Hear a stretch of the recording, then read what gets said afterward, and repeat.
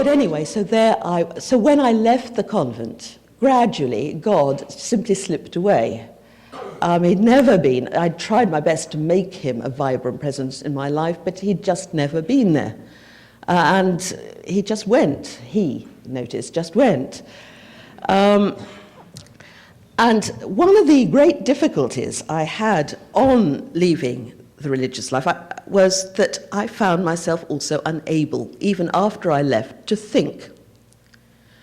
There was a moment shortly, a few weeks after I entered. I'd had my 18th birthday by that time, and we were starting off on a very little ladylike theological diploma for nuns, specially crafted, which started out with apologetics. That's the rational exploration of the grounds of faith. And I had been set an essay, assess the historical evidence for the resurrection. Well, I can't remember what I wrote that I have expunged these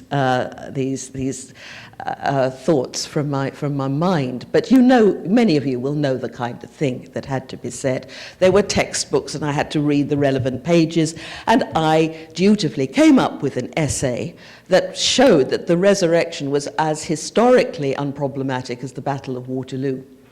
There was no problem about it. It was clear and sound, but with a sinking feeling of that something wasn't right about this. I just wasn't convinced.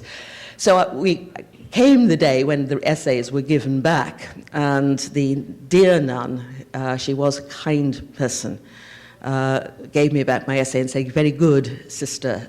You will obviously do very well in the exam." But I said, and I looked at her, I still hadn't been properly broken in, and I looked at her and I said, "But mother, it isn't true, is it?" At which